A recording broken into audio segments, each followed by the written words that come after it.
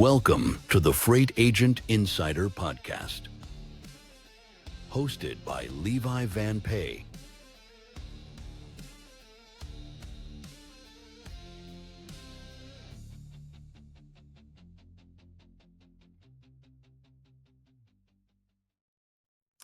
And welcome in, everybody. Good to have you all back in another episode of Freight Agent Insider. I'm Levi. I'm your host, bringing you all of the real stories from freight agents every week. Before we dive in, if you could go to YouTube, Spotify, Apple Podcasts, if you're on any of those, I'm sure you are. You got to be on one of them. Go like, go subscribe, leave a 5-star review if you can. It's always great if you do that because it gets our agents and all of our guests a larger audience. And the more eyes and ears we can get on them, the more their brands can grow, as well as Freight Agent Insider, of course. If you're interested in our Freight Agent Bootcamp on freightagentinsider.com, if you have no idea how to get into this outside of listening to our show guests and learning from them, we do have a boot camp. Go ahead and hop in there, get 25% off with code INSIDER. And if you have questions for our guests, same website, freightagentinsider.com, page Talk to Us Live. You can pre-record a live question. We'll ask it during the show, which is a lot of fun. And to hop into it, today we have a great guest. I was so excited about this fella hopping on here because he's a big dog. And whenever we get a big dog on here, you should all stop what you're doing and listen, because people like this, they know what they're doing. They know how to scale a book. They know how to scale a business. They know how to make money. I'd like to introduce everybody to Garrett Lamb. Hello. Hello, everyone. Thank you for the round of applause. You guys are amazing. You're amazing. Levi, thanks for having me on here. I appreciate it. Thanks for joining, Garrett. I've seen you all over LinkedIn in the past, and I've heard about you from a mutual friend of ours. And when you decided to come on, I was super psyched because, like I said, you're a big dog in the industry. You know what you're doing. And before we hopped on the show, I had mentioned, a big part of this is teaching the younger generations, the ones who aren't even maybe in the industry yet, or they're getting into it, how to become the next Garrett Lamb. So that's something I really want to talk about today, is just growing a book of business, like getting it off the ground and then maybe scaling it. But before we do that, Garrett, I'd love to hear your backstory and how you got into this. Yeah, well, appreciate the introduction and the kind words. I've just been really getting after it for the last 8-9 years in this thing. And so I started in car sales, and I had a buddy that reached out to me. He went into freight, and he just reached out and said, "Hey, Garrett, I think this would be something you'd be good at." And I really had no idea what it was. I said, "Man, what the heck's freight?" He goes, "It's pallets." I'm like, "What do you mean pallets?" And he goes, "Think Sam's Club." And I left. I was like, I don't know what this guy's talking about. But anyway, I applied for this company called King of Freight in Wichita, Kansas. Had a great experience with them. I worked under the vice president, Brady Miller, there, and another guy, Troy Johnson. Learned a ton about cold calling, about sales. Needed a little change of scenery, though. I wasn't making the best decisions in my life. Luckily, I had my parents living out in North Carolina. I had stayed back when they moved, so took a change of scenery. Went out to North Carolina. I wasn't able to bring King of Freight with me, so had to start fresh. And King of Freight, I had been doing a lot of lumber, so I went right into it with lumber once I started at Tallgrass, and I was just making cold calls from my living room and just trying to build this book. And I kind of stumbled across a account that was pretty good, and they were able to give me that $5 to $10K book. It was a lot of work, a lot of $50, $75, $100 shipments, things like that. A lot of carriers falling off, 48K on the weight, but built the book up. And I really developed a relationship with the owner of Tallgrass Freight, Damon Anderson, and we would talk a lot. And he really liked how I was grinding because I was just trying to pound the calls all day long. And so every time we got a CRM update, he would typically call me, be like, "Hey, man, it's early in the morning. Can you check this and make sure this update's good? How it's looking? Are you impressed with it?" Get a lot of feedback. And so that kind of kept going. And I started, talking about it. I was like, man, I don't know if North Carolina is where I want to be. Like, I love it, but I'm in Raleigh. It's like, it's not Charlotte. It's not the place, not near that beach and stuff. So I was like, I don't know if this is the place. And he really started pushing me over the next year. Like, dude, just come out to Kansas City, give it 1 year, man. You will change your life. And I'd kind of been complaining that, like, it was very difficult to be sitting in your own office and you're making the cold calls and you don't know what's working and what's not. You have to go out and read sales books. You got to watch videos. You got to do all these things. And so you don't know what's working. And so talked with my girlfriend at the time, who's now wife, and I said, babe, I just need another chance. I need another one more year. If you don't like it, we don't have to go. We can go wherever you want from there. Right. And so she wasn't happy about it, but she took the leap of faith with me, and it was the best decision I ever made. Came out here in January, and well, COVID started a few months later, so that was pretty incredible. The whole office shut down. It was just me, Damon, this guy named Cyprian in the office, and we were making lead calls, just grinding. And I learned so much from Damon Anderson. He changed so much about the way that I was cold calling, pitching, and I Incredible. always kind of thought that you got to be perfect on the phone. You need to be awesome. You need to sound great. And he really showed me that you just got to be human. You just got to have a conversation and treat these people like they're normal, and take the rejection and be okay with it, and just That's right. smile and dial to the next phone. So he dialed me in a lot. And then shoot, the rest is history from there. That's incredible, man. And it's funny because something that a lot of listeners didn't know about me, it probably still don't know, is I am with a brokerage. I'm not a broker, but I do a lot of like the recruiting on the Sure. side. And something I've always said is I have never been like what one would call like a shark. I'm not a closer. I don't go in and like pressure somebody into something. It's getting to know people. Yeah. And if and when somebody is looking to make a change, having just a personal touch to it and a connection makes a huge difference. Now, with that said, very different from the freight broker, freight agent side of things. Can you elaborate a little bit more on the way what you're just talking about, like how you're doing your cold calls and how you're remaining human through those instances to actually land decent customers? Yeah. So you're going to always hear cold calling's dead. It's all about the emails. And I think right now with AI and everything going on, we're kind of seeing that difference. Like, oh, you better get back on the phone because it's easier than ever to send an AI email. And so I'm That's big on right. stacking. You got to do the emails. You got to do the cold calls. You got to do the LinkedIn. You got to do the voicemails. It's all That's right. about just getting as many touch points, getting in front of them as you can. So that's been my whole method is, and Yep. I study a lot of sales. I've been doing, I've started with Zig Ziglar, the 1980s sales Yep. styles. I'll Yep. graduate into a bunch of the new guys that are out there, and I've just constantly practiced so much of what they are doing. And but then I kind of realized, like, I just got to be human. I just got to show my personality, and then like I can make friends, and we've all make friends. So it's like, why not just go out and find your people and just be who you are and be genuine? And so that's what I've been on the phones. I call up, I'm not a high pressure sales guy. I come to you in a consultative way. I don't go into it pitching my business. I try to talk to you. I want to understand every single thing that's going on in your business, who you are, how long you've been with the company for, what's Right. important to you. I know pricing's important to you, but what at the bottom line, like, is it drivers showing up late? Is it drivers, falling off? Whatever the case may be, what trouble have you guys had? And then like, what matters to you with the relationships you build? Are you looking for just the cheapest prices, or do you want a decent price, but you also need to make sure your boss stays off your butt because the driver showed up 30 minutes late? And really understanding who they are. That's been the biggest help to me is, and I see a lot of people, they go in, they learn a little bit, 2-3 minutes, and we immediately go into selling who we are. And it's like, no, guys, let's slow down. Let's figure out who this person is. How long have they been working there? They've been working there 6 months, 15 years. What all have they seen? Have they moved up in the company? What other aspects? Who the heck are their customers that they're shipping to? Different things like that. That's such a key point of this too, Garrett, is backing off of talking about yourself and Sure. and pitching. Let others talk, and they might just tell you their problems. They know who you are and what you're calling about. Yep. That's a constant reinforcement, even for me when I'm doing this podcast. Shut up, Levi. Let your guests talk. They're the ones with the secrets and the knowledge. And I think what you said right there was so key. Let me ask you this, Garrett, you started this a while back and you mentioned the AI thing, and it's just like a constant topic that pops up now. Do you think when you started versus right now, let's just say somebody who's looking to build a book right now, is there any key differences that you would go about building the book and doing the cold calls, or is it exactly the same as when you started? It's a little bit harder, I would say, than I think, but I think so. I've been lucky enough to be here with, like Damon Anderson. I got a bunch of Yep. guys that were at the freight quote side, where 20 years ago, their biggest pain point when the software they were selling was, our warehouse doesn't have internet, man. I don't have a landline there.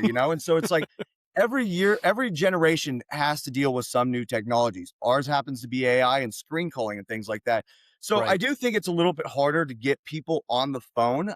So I think it's more about having the softwares you can go out there to find the phone numbers that you get people's direct line. I mean, it's not expensive to be able to get somebody's cell phone number. There's plenty of lead That's lists out right. there that do it, or softwares out there. So I think that's the hardest part. I think you got to do a little bit more marketing on LinkedIn. I do think, as you probably have seen or people have talked about, it's kind of hit or miss if your customers are on LinkedIn. All those freight brokers are, but it's a lot of customers that still aren't on LinkedIn, or maybe they have a LinkedIn, but it has no profile picture, no activity. That's So right. that one's a little harder. So, but I think that it's still the same thing. You got to call over, you call a couple times, start leaving the voicemails, send the emails, get on LinkedIn if you can. And then you just keep rinsing, repeating. And then also the most important part is, I mean, I don't know how big of a company Select is, but I know Tallgrass, we're doing $170 million, which is a pretty large size company. But Yeah, it when is. you hear that the freight industry is $2 to $3 trillion in the US, it goes, oh, we're dropping the bucket. So my That's thing right. is like, obviously you don't want to let go of a good account, but also disqualifying an account is just as important as qualifying one. Because if I'm doing 10, 15, 20, 30 touch points on an account that's never going to close, instead Yep. of doing, 7 to 12 and going, okay, I'm going to now move on from this and I can revisit in 3 months, 6 months, whatever, and then try to find new opportunities with the people that will have a conversation with me. I think it's important. And to add on that, the reason I think that is because what happens if you call over to a prospect and they don't like their job? You don't know this, and they're not answering That's the right. phones. They're spending their day looking for another job. Well, okay, I think John's the cold or the guy over there. Well, what happens if he leaves in 3 months and I just dead this account and I go, I'm never going to talk to these guys again. So it's Right. important to keep these accounts in front of you that it could close in their ideal customer profiles for you, but they're just not giving you the opportunity. So um, figuring out that is kind of half the battle, I feel like sometimes. Do you use any specific tools for some of these things, Garrett? Like, I know you mentioned lead lists earlier. I imagine like Apollo or Zoom Info is a pretty big one. But then Yep. even with like the touch points, like a HubSpot, for example, where you can send like sequences out to prospects and they're continually getting hit with something, or do you go about it in a way where you don't necessarily want to, I don't want to say annoy them, but maybe it is too much to the point where they're just like blocking you. Now you're popping up on as spam on somebody's phone, or you're just not delivering emails. So I do use Apollo. I think that's a really good software. I have not integrated any of the automated emails. I've been keeping it pretty freaking old school on that stuff. But I do think Yep. it's a really cool thing that you can do. And so my whole thing with the phone calls and the voicemails to get them to reply to the email and things like that, or just to get them to finally answer the phone. So I think they're beautiful. I think it's a really cool thing and it's making it easier. But it also shows that, hey guys, we got to get back to cold calling and figuring out different ways to do this, going back to the basics, because how easy is it to send out 100 emails nowadays? And I don't know if you've ever paid attention to like all the spam stuff that goes on. I mean, it's Oh a yeah. whole game just to freaking email people today in this Oh world. yeah. Yeah. Yeah. The email thing is, if I'm anything like a customer, I'm annoyed by all of those emails that are coming in. Yeah, And even more so with the rise of AI, boy, I don't want to talk to a robot. It's like any, it doesn't matter what it is. Maybe you're on an airline and it says, talk to our virtual assistant, blah, blah, blah. yeah, And all you're saying is talk to human, get me in touch with yeah. somebody who's real. We don't want to do it, right?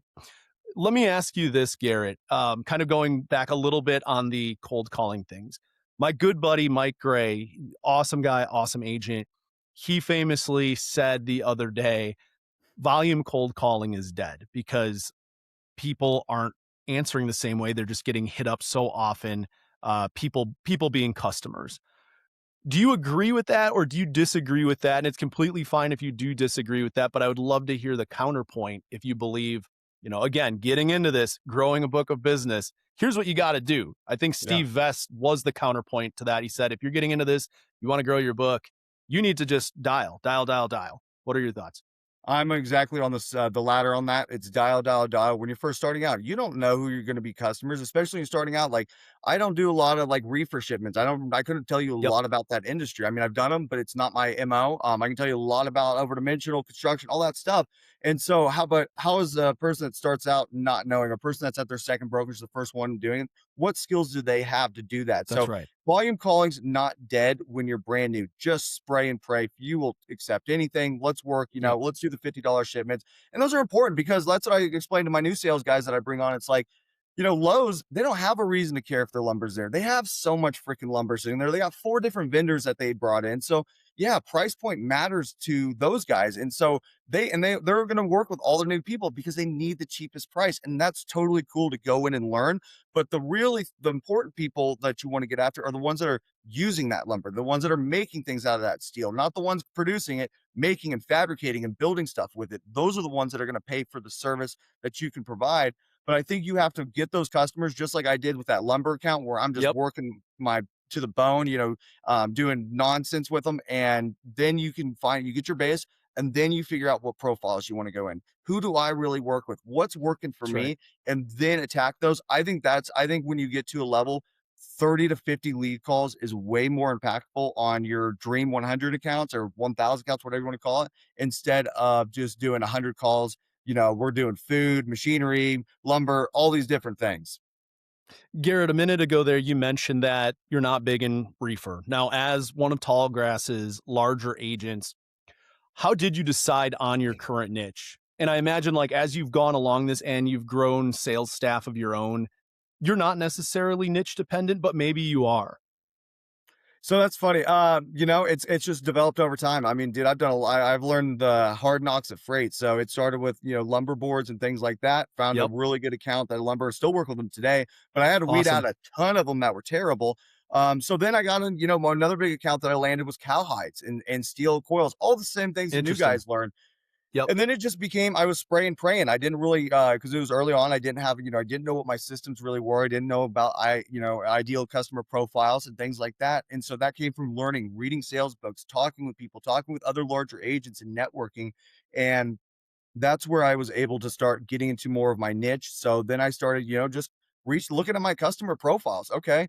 This Yep. customers, they ship windows. Okay. Well, let's start going after the windows and then trying to figure out in the industry, because not every window person that you're reaching out to is going to ship windows. They're not going Right. to always be your customers. So you want to Right. be tactical on who you're going after. And so, yeah, the niche is just kind of figuring out what industries I'm really getting, box trucks, over dimensional things like that, and just attacking them. And it makes it for an easier conversation because it's hard to, like, if I call over to a food company, I really don't know what I'm talking about as much as someone that probably knows reefer all the time. I mean, I can still That's right. talk the talk of freight and try to earn their business and, add value for what my team can do. Cause at the end of the day, it's just freight, but there's going to be a lot of in and outs that I don't know. And that's going to be, I feel somewhat the same with like a big dry van market. I typically go after Yep. more open deck stuff just because I haven't done as much dry van stuff. It's not that I try to hide from it or I wouldn't do it. I don't know, we probably do 25 dry vans shipments a month or whatever, but it's not like our regular where we're doing flatbeds and all these different things that I know like the back of my hand. So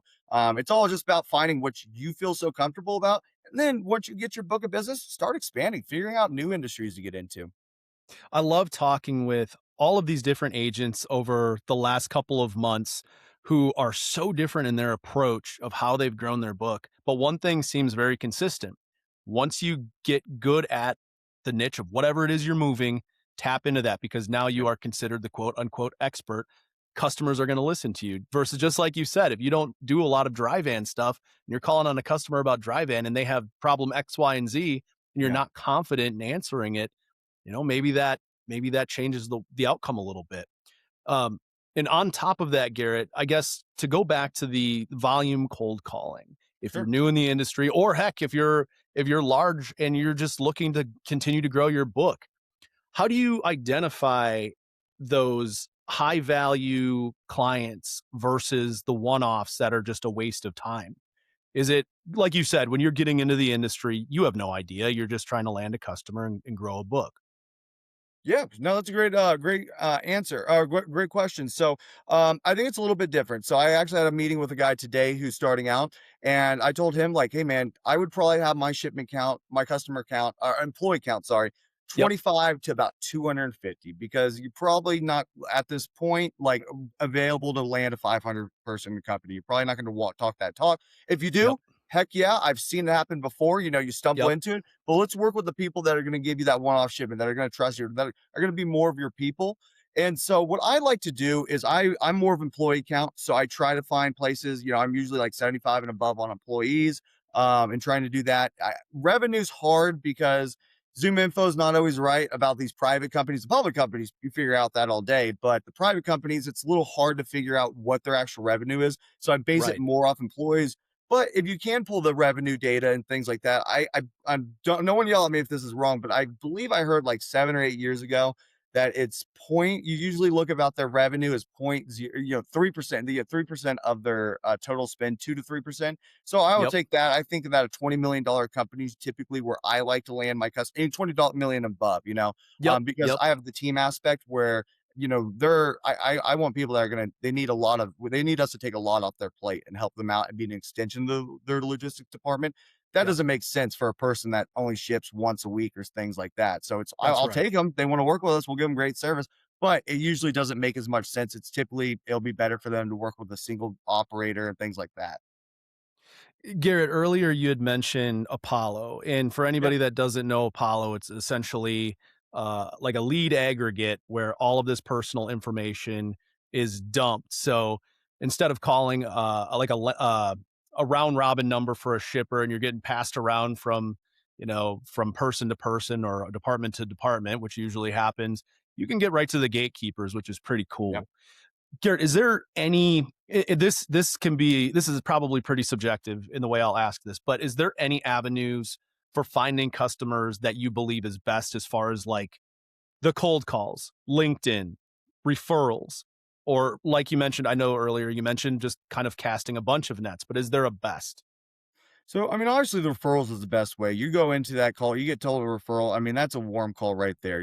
There are people that they work with, they trust. That's the best thing that you can do. And you should always be asking your customer for referrals and calling the shippers and consignees because that's going to be your easiest in. I can't even consider that a cold call. It's a warm call at that point. That's right. And then from there, it's just about like, yeah, I'm big on the like when it kind of depends. So, if you're going after a company that has 500 employees, well, the supply chain manager, the director of operations, things like that, they're probably going to have their hands more in it. So I'm probably going to start more at the top and trying to get Yep. a hold of these people. So that way, if one, hopefully they are the person that makes the decision, but if two, they're not, they'll pass me down to the person that can do it as well. So I typically, it's really just, it's subjective on like what you're going after and then really qualifying who they are and knowing your industry. So if I'm calling up people that do construction and engineering firms, well, then I know that they care so much about things landing on time, things showing up, and things not going wrong. And so no one ever wants to overpay, but $50, $100 doesn't matter to them compared to Lowe's, who it does. So it's about having that industry knowledge, and I think that just comes with time. You quote things, and you start realizing, oh,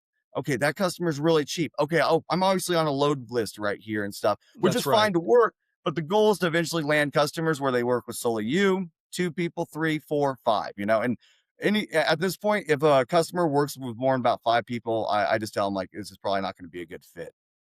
Do you believe in load lists at all in like actually making real money off of those? There was another debate I saw the other day about Mike Gray at the center of all of this usually. He thinks they're a waste of time. Another broker who's pretty large said she made a lot of money with them. So what do you think? Well, I'll say that they're the reason that I'm here. I mean, Lead List made us. I don't do them Sure. anymore.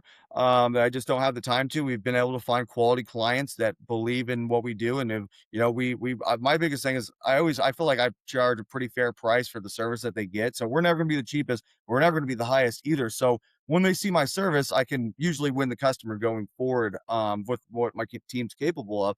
But that's not always the case for people, and so those load lists are quick way to make a buck in this industry, and that can give you the basis of where you need to go. It's just very, it can be very tough to there's no loyalty to it. It's I've had customers where we're doing this lane for 800 this week and it's Yep. 700 the next week, and the carrier's calling, why can't I get the same price? And I'm like, I can't tell you why. This is just the market right now. So there's no loyalty.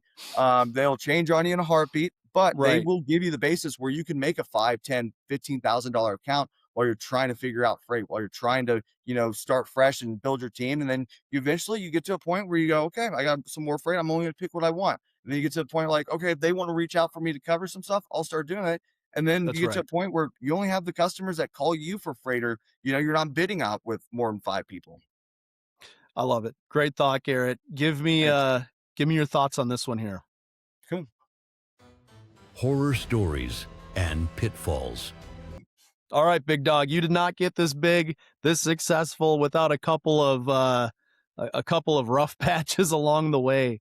Is there any stories that you have for us where things went, really, really wrong that others can learn from, or just general tips to avoid said mistakes?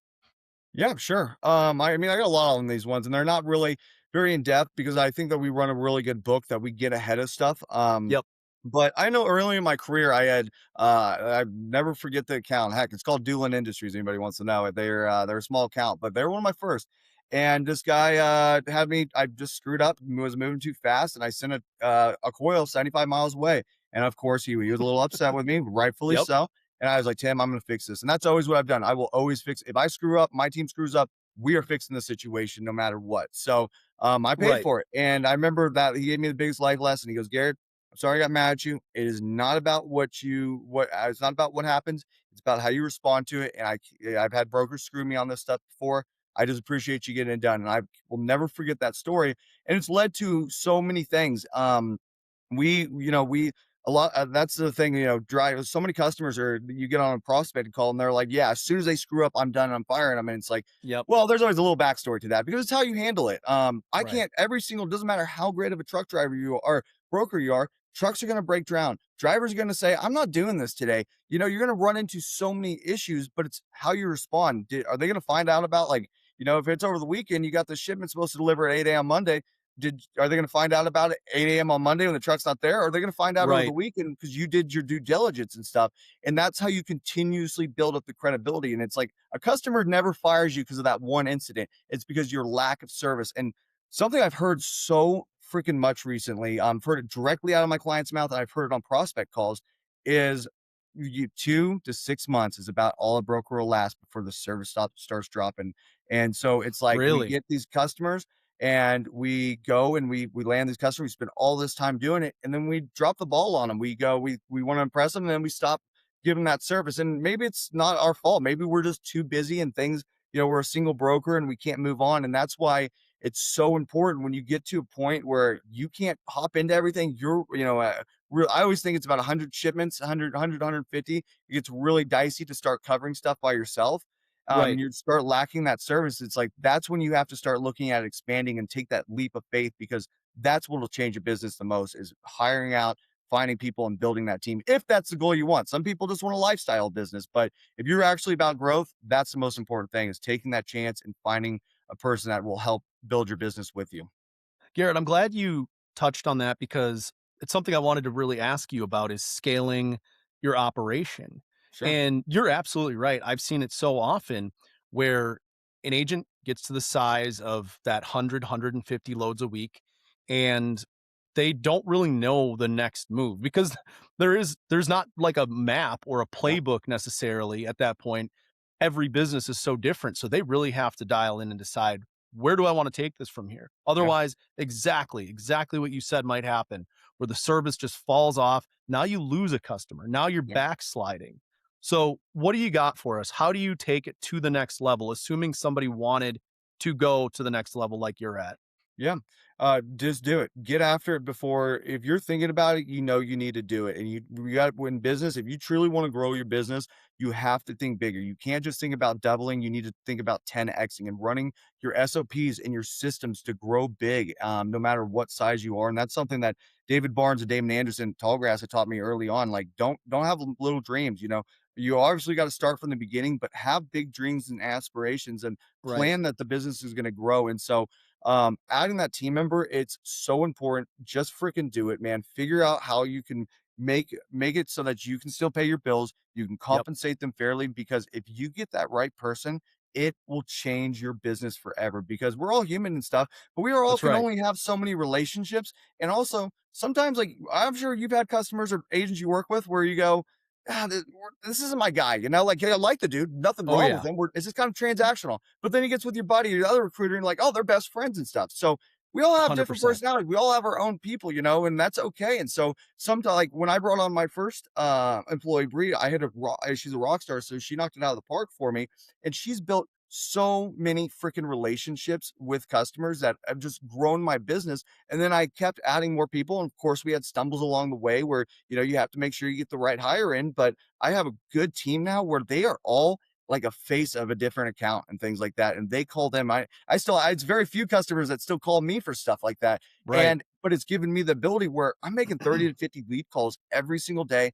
I'm growing my business. I'm doing everything so that I can constantly keep replacing, or not even have to replace, just keep growing and farming. And so adding people, it will buy back your time, but it is, if you get that right person, it is only going to help grow your business. It's unbelievable. Do you have any thoughts on that same pathway, Garrett? Do you have thoughts on like, okay, somebody who's at that point and they're ready to find a sales rep or some ops help, whatever it is, virtual assistance has seemingly become a pretty solid avenue depending on language barriers and training and freight, things like that. Or finding somebody who's maybe right down the road from you who can be in office with you. You might pay them a little bit more, but you have more ability to get to know them, grow with them, make sure there's not like clashing personalities or handling customers okay. Because on top of that, it's funny. I was just talking with somebody yesterday about just that.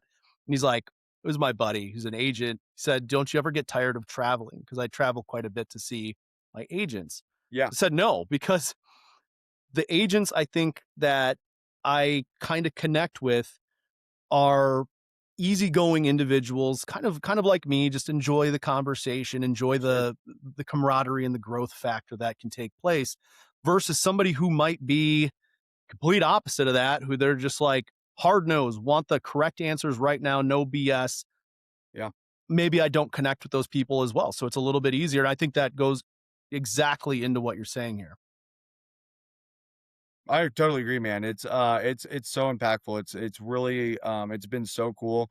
And they just buy back your time and stuff like that. And they give you a little bit of sanity. And it's just if you really want to grow, that's where it's all going to be done at. And it's very scary. It's very scary to give off your customers and stuff to these guys and trust that they're going to handle everything right. Yep. But you gotta you eventually you find the people that are going to do it and you weed out the ones that aren't. And the beautiful thing is like they own that book. This is their livelihood, and they get to be part of a smaller operation and watch it build and get to see those opportunities and get to see the family side. You're not just a number. So there's a lot of cool things, but it's just so I can't say it enough. It's so impactful if you really want to grow.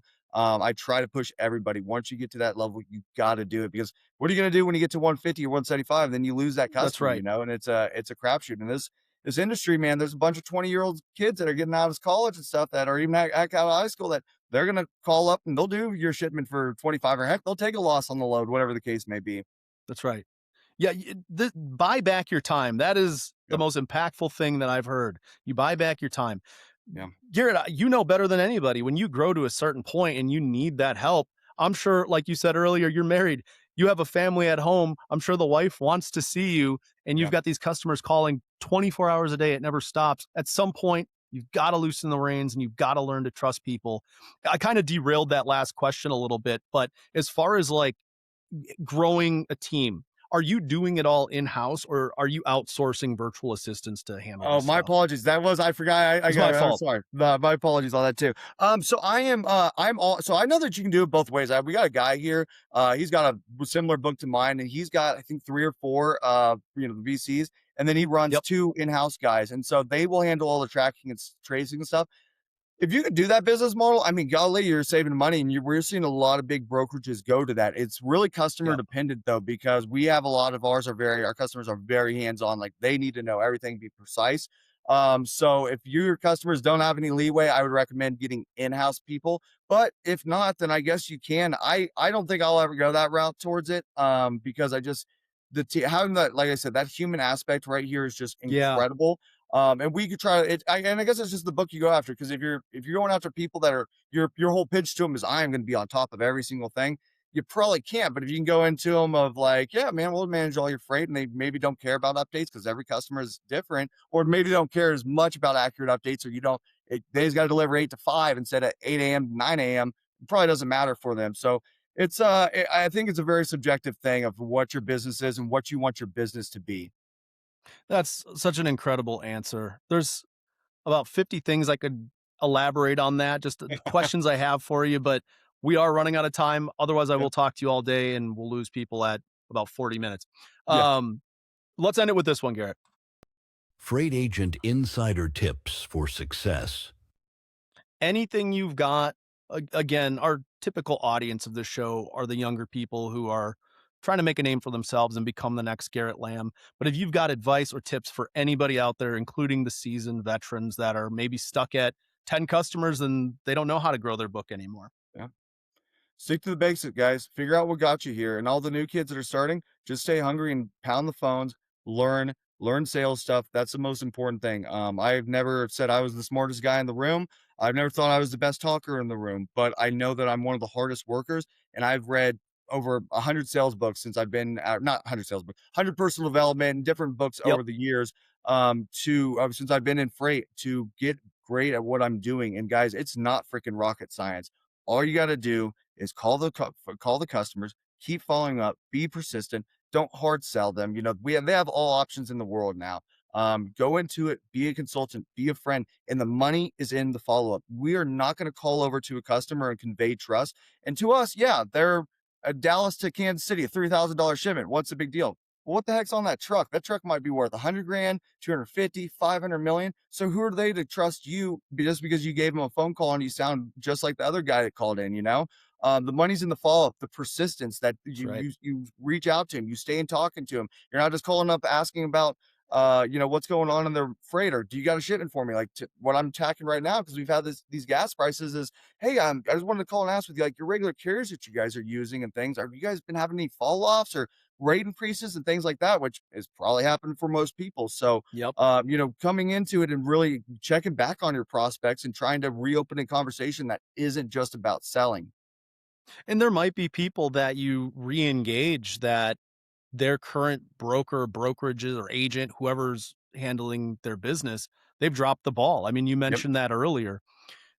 Garrett, this has been a complete pleasure, an honor to have you on the show. Thank you so much for joining. And I got to say, you're the first person I've ever had on who has almost an identical background to what I've got going on.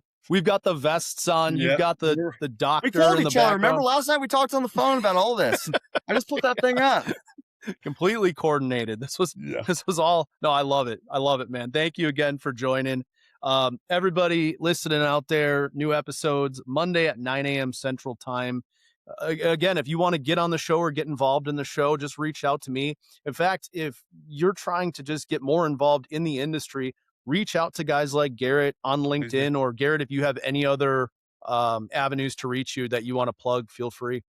No, I'm Garrett Lamb, Garett, last name Lamb. Hit me up on LinkedIn. Would love to chat with anybody that wants to grind and just, is really trying to get after it. There's sales is an incredible industry and so many people shy away from it. And it's not rocket science, but it's hard work, but you can get it done. So would love to chat with anybody interested. Garrett, thank you so much, man. Hey, same to you, Levi. I appreciate it, man. See you next time, everybody. See you next time. Thank you for watching the Freight Agent Insider Podcast. Like us and subscribe on YouTube, Spotify, TikTok, and LinkedIn